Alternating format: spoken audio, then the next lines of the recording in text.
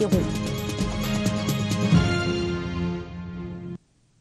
Une sorte de sursis d'un mois avait été accordée aux rebelles rwandais récalcitrants à la reddition, puisque c'est depuis une semaine qu'a débuté l'opération de leur désarmement forcé, alors que le délai de l'ultimatum a expiré le 2 janvier dernier. Pour cette opération, l'armée nationale bénéficie de l'appui logistique de forces onusiennes. Eric Asmussi nous fait le point. Lancement solennel ce jeudi à Béni, dans les grands nord de la province du Nord Kivu, des opérations militaires contre les FDLR. C'est le chef d'état-major général des forces armées de la République démocratique du Congo qui a lancé ces opérations rendues par la population. Dans ces opérations vraiment FARDC, la MONUSCO n'a pas apporté certains appuis logistiques et tactiques. Cette frappe contre les FDLR s'inscrit dans le cadre de l'opération Soukola, lancée à l'est du pays contre les groupes armés étrangers, nationaux et locaux. Pour le chef d'état-major général des FARDC, Kiki Etumba, les délais accordés aux FDLR étaient suffisants et qui n'ont pas droit à un seul prétexte. Cet officier supérieur a ajouté également que les forces armées de la République démocratique du Congo combattront jusqu'au bout les rebelles FDLR au regard de leurs actes terroristes posés envers la population qui est victime de ces actes. Cette opération lancée vise aussi d'autres groupes armés, a-t-il indiqué. La MONUSCO apportera un soutien tactique et logistique, indique les commandants des forces de la MONUSCO, le général Dos Santos Cruz, qui a pris part à cette presse. Notons que le lancement a été fait à l'état-major général d'opération Soukola à Béni, en présence de plusieurs officiers supérieurs des forces armées de la République démocratique du Congo. Cette traque de rebelles rwandais est opérationnelle, coïncide avec la présence des parlementaires auprès de leurs électorats, tant à Béni qu'ailleurs, après la clôture d'une session extraordinaire essentiellement consacrée à une nouvelle loi électorale adoptée dans une sorte de consensus. Du coup, l'attention populaire due à la paix de l'opposition est tombée. Alain Boma et Blaise Mwangui. Plus de peur que de mal. Les incidents survenus la semaine dernière donnaient moins de chance à cette session extraordinaire d'atterrir en douceur. Mais c'était sans compter sur la détermination des parlementaires. Un compromis a donc été trouvé autour de l'alinéa 3 de l'article 8 de la loi électorale et qui a permis aux deux chambres de voter ce texte. À l'Assemblée nationale, sur 345 députés, 333 ont voté pour le texte, 2 contre et 8 se sont abstenus. Puisque nous n'avons rien à voir avec un quelconque contournement de la Constitution, votre bureau, en âme et conscience, a levé l'option que cet alinéa soit carrément extirpé du texte. Bien que la session ait examiné d'autres projets de loi, le bilan que se font les élus sur cette session ne se résume que sur le projet de loi à la base de l'ambroglio. Nous et la majorité et nos frères de l'opposition qui ont accepté de nous accompagner, de rester avec nous dans la salle comme des républicains, nous avons atterri à bon port parce que nous avons décidé tous à l'unanimité de faire la volonté de notre peuple, d'éviter toute confusion des mots, d'éviter des synonymes, des vocabulaires qui peuvent compliquer la compréhension de notre peuple. Pour certains élus, la question du respect de délais constitutionnels ne peut être personnelle. Moi, je dis qu'il faut aller tout droit au commercial, renouveler le Sénat et on est à niveau de tous par rapport à la Constitution. Et c'est pour ça que le respect des droits constitutionnels est important. On a tendance à considérer que le respect des droits constitutionnels, c'est seulement pour l'élection présidentielle. Non, non. Le respect des droits constitutionnels pour lesquels nous tous nous battons signifie aussi que ceux dont les mandats ont excédé les termes constitutionnels doivent les régulariser très rapidement. Avec ce pari gagné, les députés peuvent aller en vacances, une occasion pour eux d'écouter davantage les desiderata de leur base. Échauffourée due à la même loi électorale, restitution de motos saisies aux propriétaires et soins de santé en milieu scolaire ont été examinés au Conseil provincial de la ville de Kinshasa, dont le compte-rendu est fait par la ministre Thérèse Olinga Kalunda. L'exécutif provincial exprime sa compassion à l'endroit des familles victimes des conséquences dommageables des actes incontrôlés. Par ailleurs, les membres du Conseil ont salué les dispositions prises par le gouverneur de la ville pour prêter secours et appui aux familles éprouvées, tout en appréciant le réconfort qu'il a apporté à quelques-unes des familles par des visites domiciliaires. En outre, le Conseil remercie vivement la population quinoise d'avoir répondu spontanément à l'appel de l'autorité urbaine, invitant toute la communauté à la reprise des activités. Dans le domaine des transports, le Conseil informe le public en général et les opérateurs des transports concernés en particulier de la poursuite de l'opération de remise contre paiement des motos saisies et placées dans les fourrières. Aussi convient-il de noter que pour les bus appelés communément 207 placés au niveau de l'échangeur délimité, l'opération similaire sera lancée incessamment. Les concernés sont donc invités à se faire identifier auprès des services du ministère des Transports. Le Conseil a examiné les axes et contours de la mise en œuvre du projet carnet de santé dans les établissements scolaires de la ville de Kinshasa.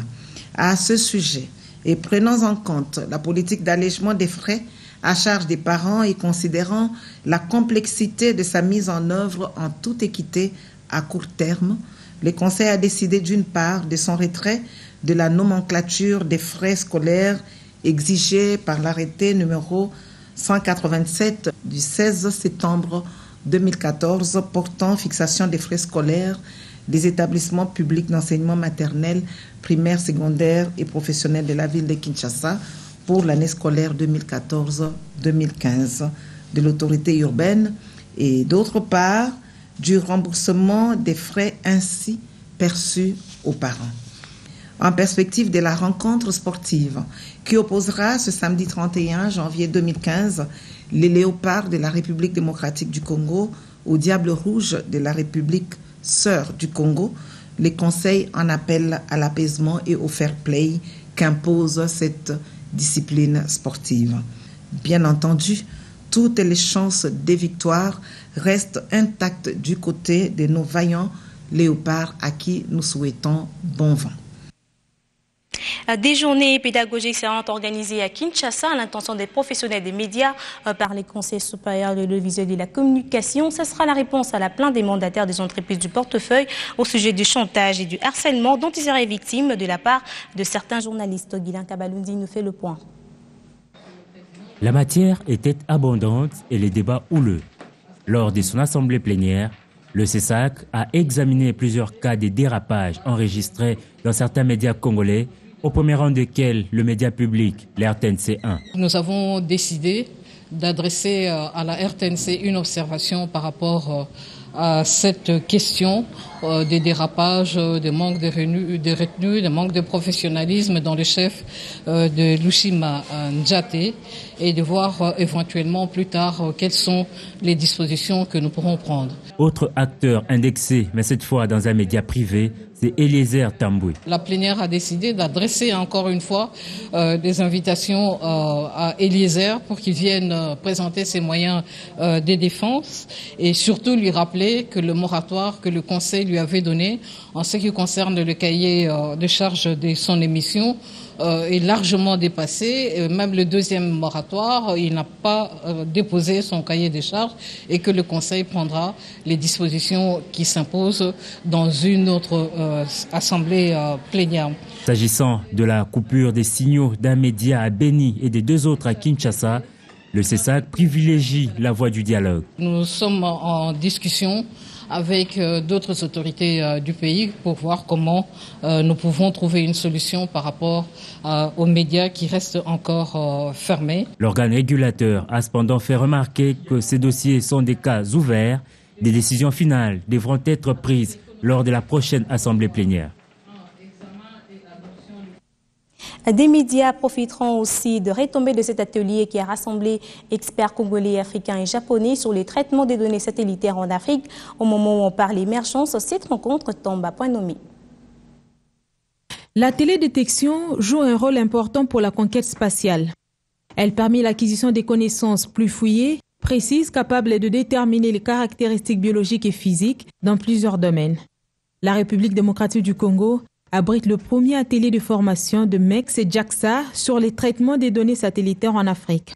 Cette croissance économique de la RDC repose en partie sur l'immense potentiel minier, hydraulique et agroforestières de pays dont l'exploitation et l'essor sont inévitablement liés au développement et à l'utilisation de la technologie satellitaire.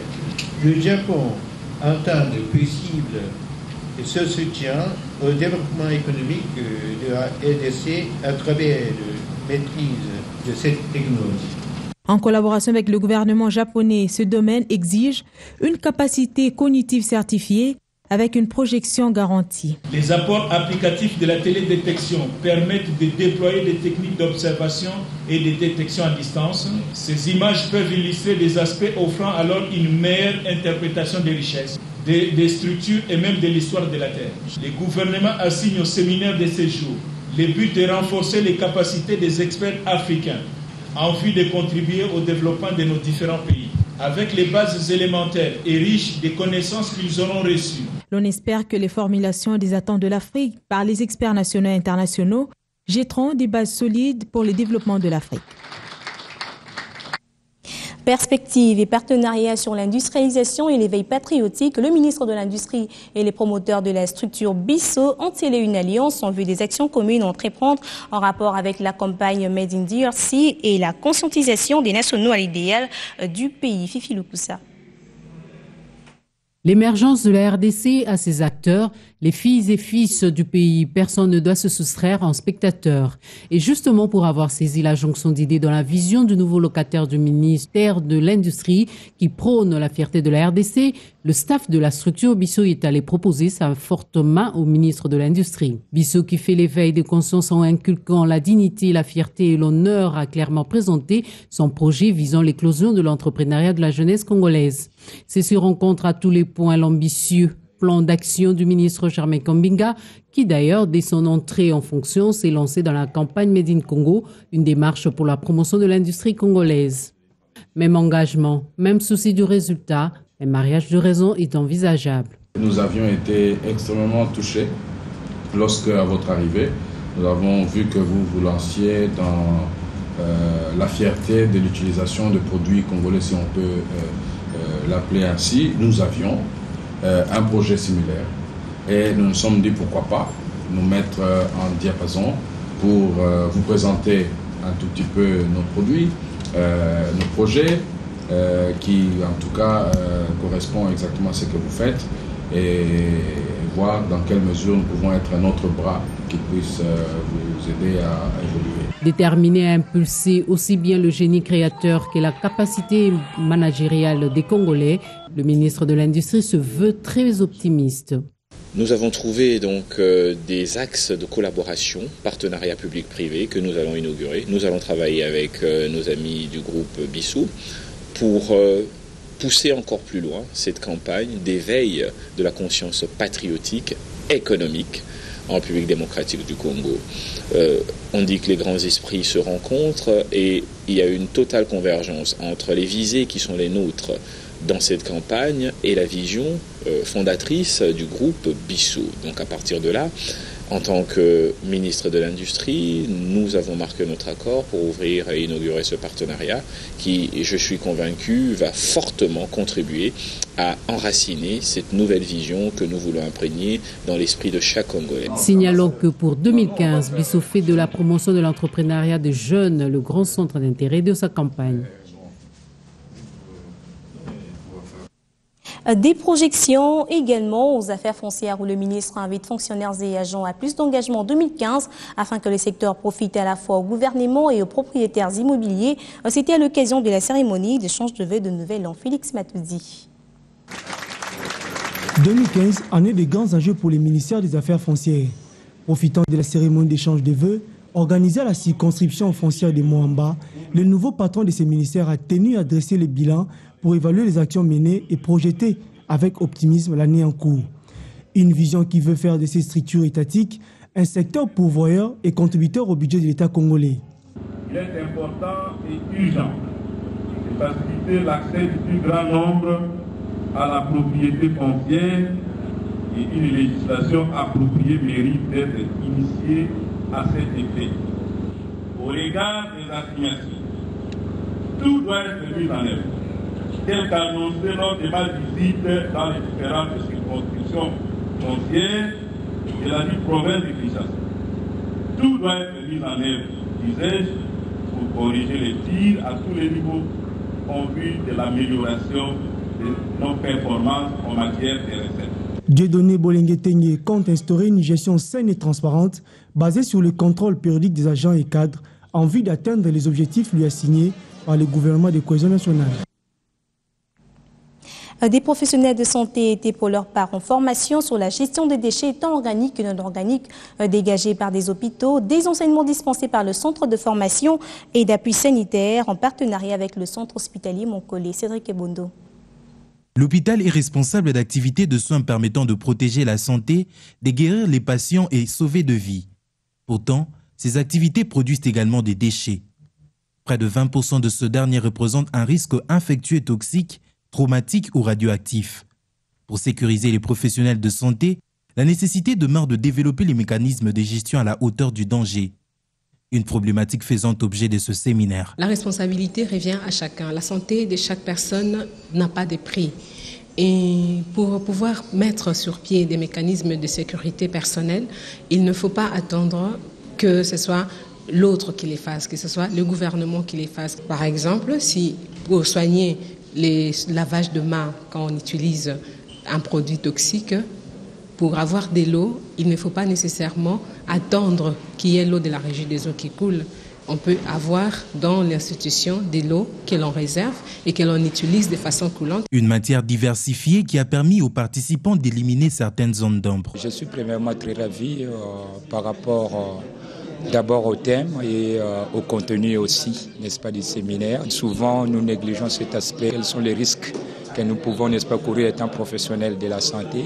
N'est-ce pas, les risques liés à l'incendie si on ne connaît pas comment classer les produits chimiques, si on ne connaît pas comment les stocker, on peut avoir aussi des incendies dans nos structures. Cette session de formation continuelle s'inscrit dans le cadre du projet d'appui pluridimensionnel visant à améliorer les capacités laborantines dans près de 4 provinces de la République démocratique du Congo. Vous le savez, la biosécurité, c'est un élément important pour les personnels soignants parce qu'il y a l'environnement, il y a le personnel soignant lui-même. Donc on a appuyé en matériel et ils doivent apprendre aussi comment utiliser ces matériels, comment se sécuriser eux-mêmes. La prochaine étape va s'apaisantir sur le contrôle de qualité pour s'assurer de la mise en pratique des différentes matières apprises par les participants. La gestion ardeuse de l'environnement peut conduire à des destructions, à l'instar de cette tête d'érosion au camp Tchachi où s'est rendu le ministre des Infrastructures et Travaux publics. Cette érosion du camp colonel Tchachi est en passe d'être vaincue. L'important engagement de l'Office de voirie et drainage et du corps de génie militaire porte déjà des fruits. Ce site a reçu la visite il y a peu du chef de l'État, venu s'assurer de la stabilisation de cette érosion qui menaçait déjà la cité de l'Union africaine. Mardi 27 janvier, le ministre en charge des travaux publics est venu à son tour s'assurer de la bonne évolution des travaux. Après le remblayage, la partie de génie civil en cours a permis la construction d'une chambre de collecte des eaux arrivant de 3 coins du terrain, comme l'explique ici Benjamin Wenga, directeur général ad interim à l'OVD. Une fois on a fini ces travaux provisoires de remblai des terres, nous avons immédiatement attaqué les travaux de génie civil qui consistaient à construire une chambre de chute qui reçoit toutes les arrivées d'eau. On les a déjà reconstituées, ces arrivées, à travers les buses de diamètre 60 qui sont déjà maîtrisées dans la chambre. Et immédiatement, on a commencé la construction de l'ouvrage proprement dit, qui est le collecteur avec des murs parafouilles tous les 10 mètres. Et une fois les radiers terminés, sur des paliers, nous avons commencé les maçonneries des parois en bloc plein, vibré. C'est ce que nous faisons. Nous pensons que d'ici très peu, nous serons vers l'exutoire avec l'ouvrage et on va aménager un dissipateur pour que les collecteurs amènent de l'eau en douceur. Une fois ces travaux de génie civil terminés, nous allons attaquer les berges qui sont constituées par un remblai artificiel avec la méthode agricole de plantation des espèces végétales, bambou, vétiver, etc. Construit sur un amas de terre issu de la construction de la voie ferrée dans la capitale Kinshasa, ce camp exige que l'on ne dénude pas le sol avec des petits champs notamment. Notons que juste avant le camp Tchatchi, le ministre et son équipe étaient sur les avenues des Bâtonniers et Pumbu qui encadrent le nouveau palais de justice où des travaux pour un asphaltage prochain ont démarré. Le troisième qualifié pour les demi-finales de la 30e édition de la Coupe d'Afrique des Nations Guinée équatoriale 2015 est connu. Il s'agit du Ghana qui a battu la Guinée-Conakry 3-0. Le Ghana rejoint ainsi le pays organisateur, la Guinée équatoriale, et la RDC qui a laminé le Congo-Brazzaville hier 4-2. Jean-Louis Lukanda nous fait le commentaire. Qui se replace tranquillement, voilà, ce bloc au milieu et qui empêche encore la RDC de repartir. Il faut allonger.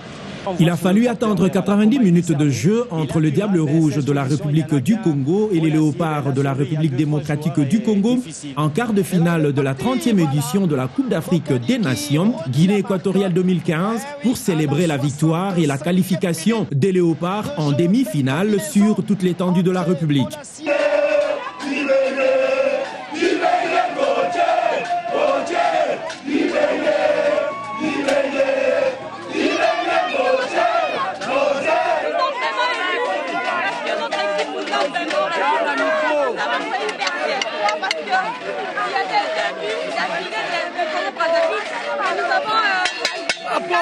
Drapeau.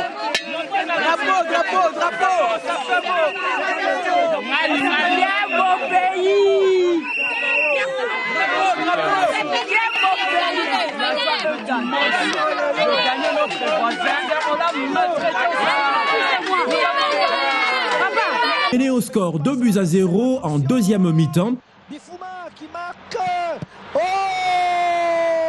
ce n'est pas vrai. Roger Itoto, 6e but. Et oui, c'est loin d'être terminé. 26 ans, né à Kinshasa. La République démocratique du Congo diminue l'écart à la 64e minute avec Mbokani sur un centre des Bolassiens et l'égalisation intervient 10 minutes plus tard avec Bokila pour le deuxième but. Après 3 matchs, c'est vrai, c'est pas un grand pays de football, Roger, mais c'est un grand pays qui forme de bons arbitres. Oui, on le voit bien avec beaucoup de... Le chrono indique 80 minutes de jeu. Kimwaki, qui avait abandonné son poste à la recherche de la qualification, alourdit la marque pour le troisième but. C'est en temps additionnel, 90 minutes plus une, qu'Mbokani signe sa doublée pour le 4e et dernier but de ce match.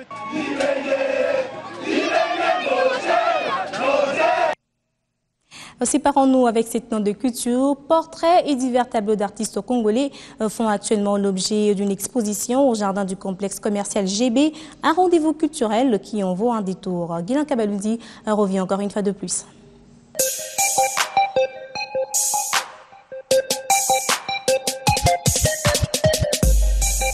Des toiles exposées en plein jardin du complexe GB dans la commune d'Engaliema. C'est une soixantaine de représentations diversement imagées qui s'imposent dans ce cadre à ciel ouvert. Un choix du site pas du tout fortuit. Le site de GB est l'expression de ce qu'il y a comme influence. Nous avons un restaurant ici de la famille Bemba. Nous avons Shoprite, pour ne pas les citer. Ce sont des établissements qui drainent un grand monde. La splendeur et la beauté de la plupart des tableaux puisent leur inspiration dans l'art africain. Mes toiles sont basées sur l'art africain en général. Il y a les travaux des hommes, les travaux des femmes, les marchés, la vie, les danses. Par exemple, là-bas, ce sont des danses, les maternités. Donc, en tout cas, je peins tout ce qui est en rapport avec les activités dans notre vie africaine. Le coup de pinceau de ces génies congolais porte un message à même de pousser les admirateurs à mettre la main dans la poche. L'art, c'est la communication. Quand l'artiste peint, il a l'idée d'attraper une autre personne que nous appelons client, qui va tomber dans la même idée que l'artiste. C'est à ce moment-là que le tableau se vend. Outre la présentation des prouesses congolaises, cette exposition poursuit également un autre objectif, la vente des tableaux. Mais là, il y a à redire. Le bilan n'est pas très reluisant comme on dit. Pour une simple raison que beaucoup de mes compatriotes ont un pouvoir d'achat réduit. Sinon, ils aimeraient bien s'en procurer. Mais c'est le problème de pouvoir d'achat. Et je crois bien que notre pays, comme il est en train d'aller de l'avant, le Congolais moyen aura l'occasion de s'offrir un tableau. Ouvert au public et aux étudiants de Beaux-Arts, cette exposition devra fermer ses portes au cours de ce mois de février.